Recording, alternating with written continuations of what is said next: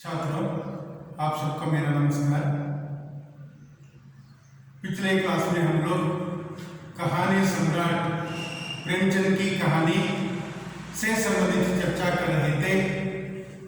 उनकी पठित कहानी का नाम है दूध का दाम। इस दूध का दाम नामक कथा के माध्यम से प्रेमचंद जी बहुत विचारों को हमारे सामने रखते हैं। इनसे संबंधित परिचय हम होते जा रहे थे।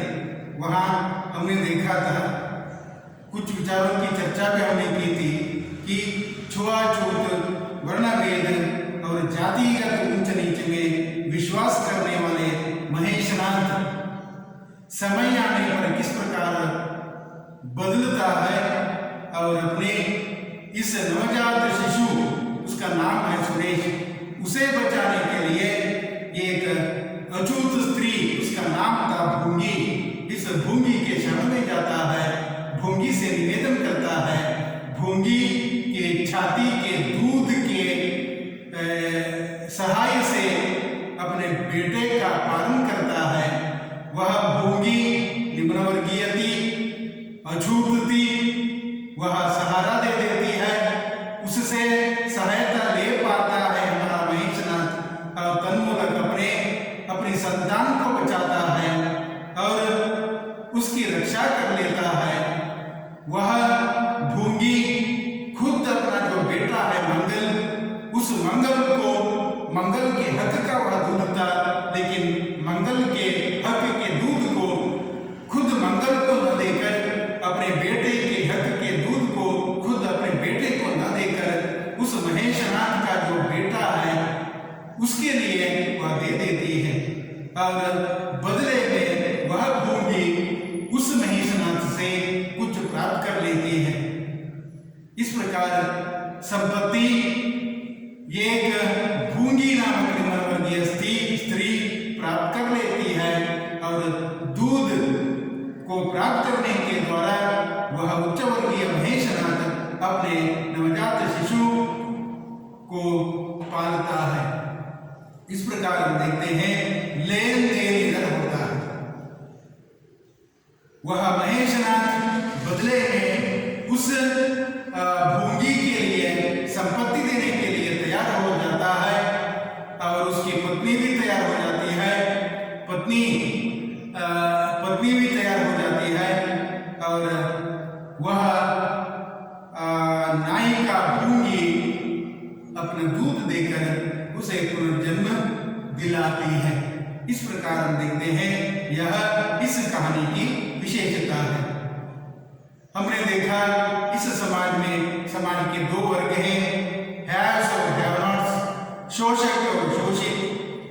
15% हिस्सा शोषकों का है तो 85% हिस्सा शोषितों का है।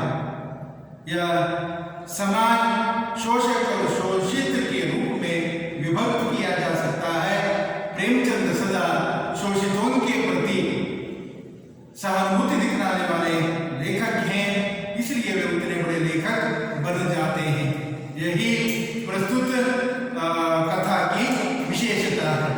उसके बाद हम देखते हैं कि हम आगे बढ़ चुके हैं कि महेशनाथ के यहाँ पे वो भूंगी की खूब खातिरदारियां होने लगी।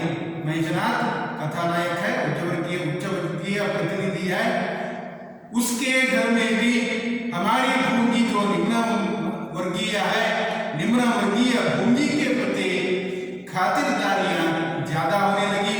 सवेरे हरीरा मिलता, दोपहर को पूरियां मिलती, हलवा मिलता, तीसरे पहर को फिर और रात को भी गूदड़ को भी भरपूर परोसा मिलता था।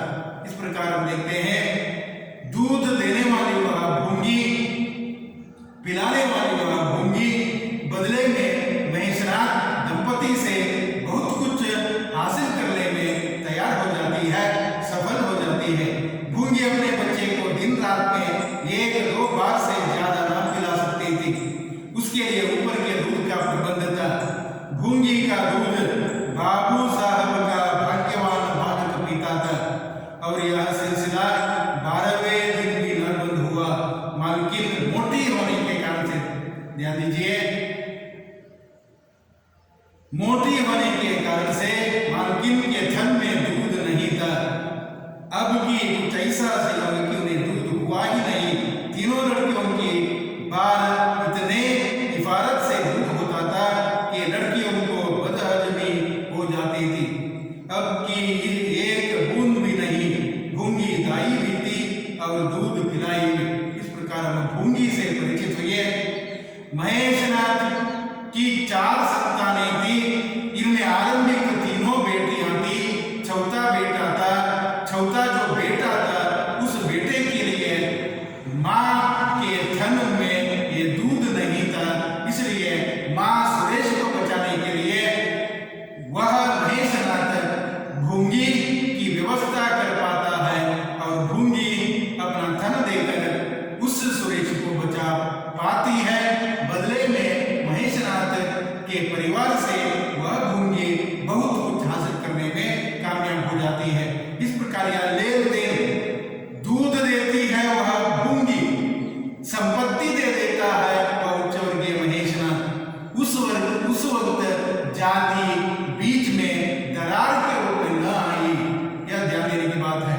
समाज की नीति की ओर इशारा करते हैं कथाकार प्रेमचंद जी। यही इस कहानी की खूबी है। समाज में जातिवादिता है, छुआछूत है, ऊंच नीच है, फिर भी अवकाशवादिता ज्यादा है, अवसरवादिता ज्यादा है।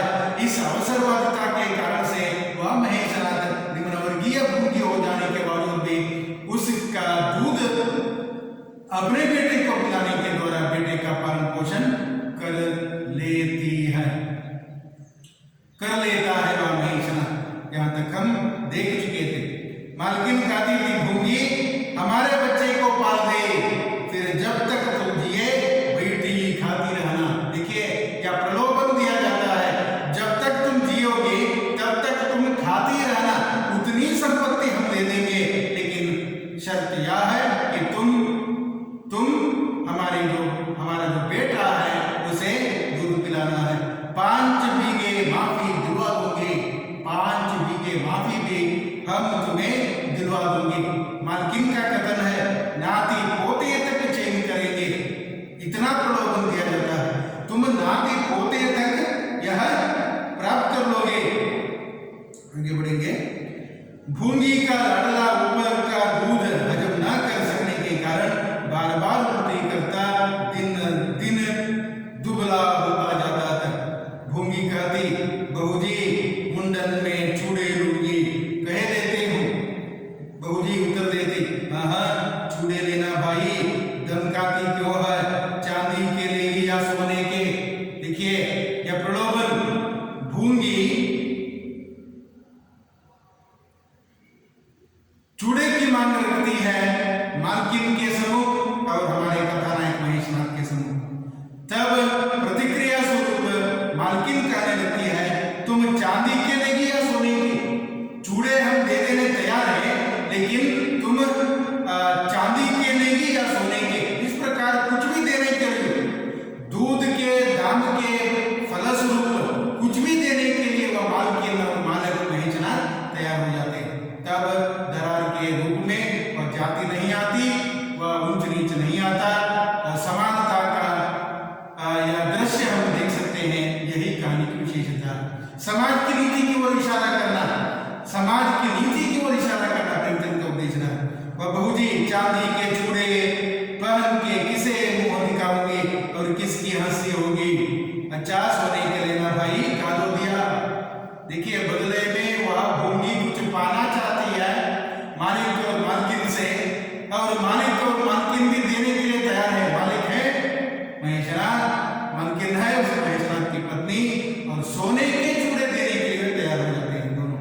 ब्याह में कंठा दूंगी, चौधरी के लिए हाथ उनके थोड़े, वह भी लेना।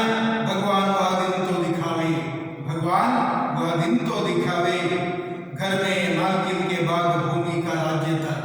देखिए जैसे जैसे वह दूध पिलाती जाती वैसे वैसे वह सुरेश बढ़ता जाता, और अब उस घर में हमारे उस भूमि का हक बढ़ता जाता है और राज्य उसका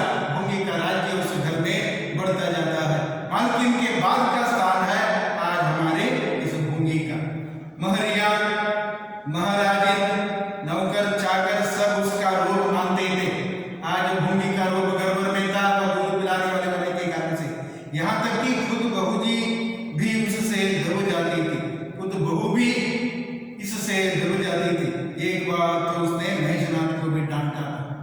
देखिए हमारी भूमि का अब आदर उस गड़बड़ में, वह एक बार उस महेशनाथ को भी डांटा था।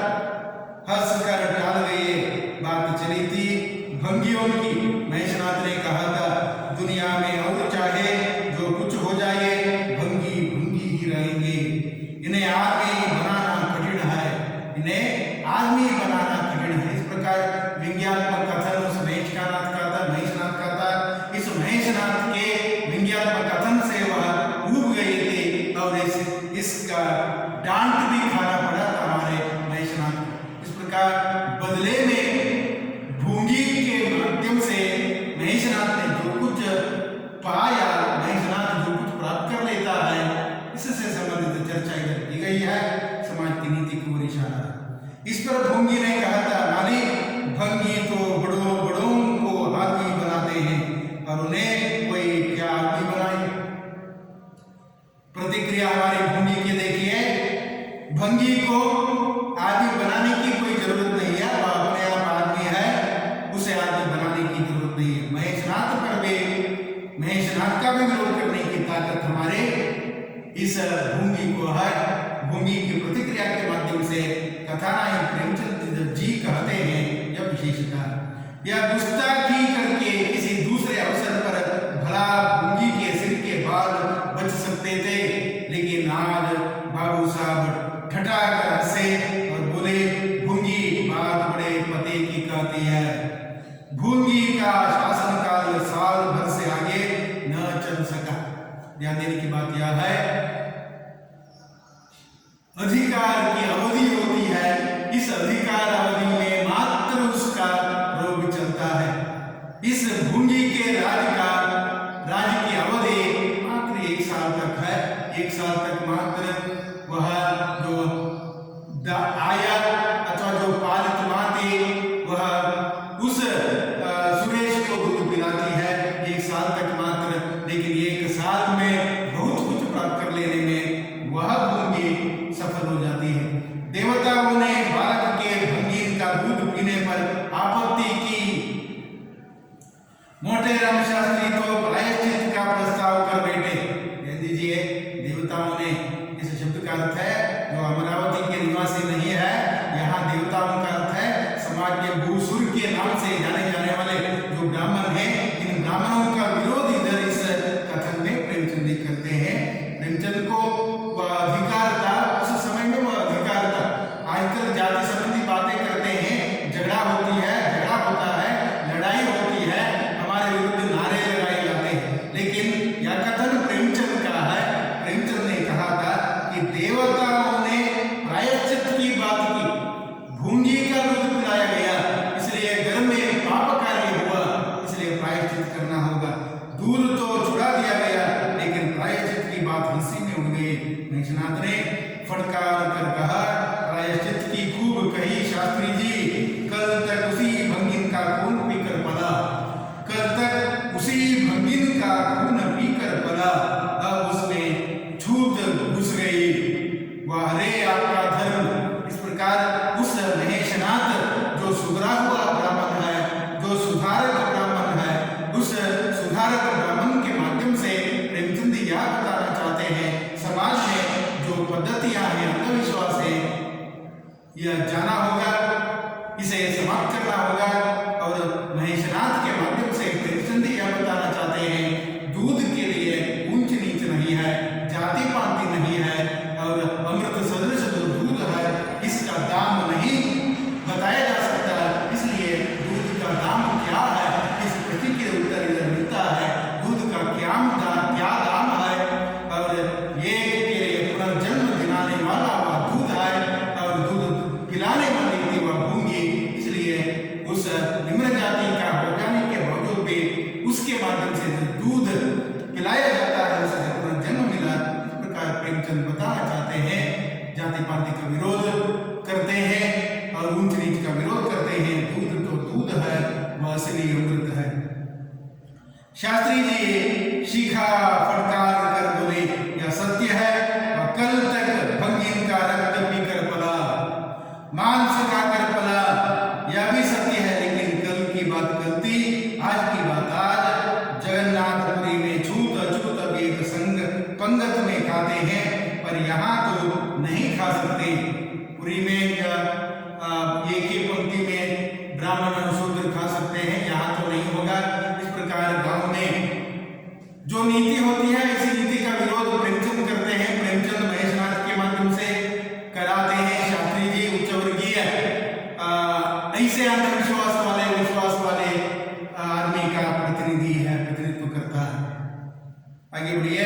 बीमारी में तो हम भी कपड़े पहने खा लेते हैं, खिचड़ी तक खा लेते हैं बाबूजी, लेकिन अच्छे हो जाने पर तो नियम का पालन करना ही पड़ता है। बीमारी में औषधि खाते हैं, दवा खाते हैं, उसमें क्या होता है इसकी जानकारी में नहीं होते, इससे हम परिचित नहीं होते। लेकिन यह तो आपद धर्म है, आपद धर्म है। आपत्ति के संदर्भ में एक अलग धर्म होता है, इस आपत्ति के संदर्भ में जो अलग धर्म होता है, इस अलग धर्म को हमें अपनाना होगा। यह कहने का अभिप्राय है। और आज यहीं पर रुकेंगे, अगले क्लास में फिर आगे बढ़ेंगे। तब तक के लिए नमस्कार। जाति पाति ऊंच नीच का विरोध करने वाले प्रेमचंद जी इस कहानी के माध्यम से, भूंगी और कथानायक महेशनाथ के माध्यम से कई विचारों को हमारे सामने रखते हैं। धन्यवाद। यही रुकेंगे।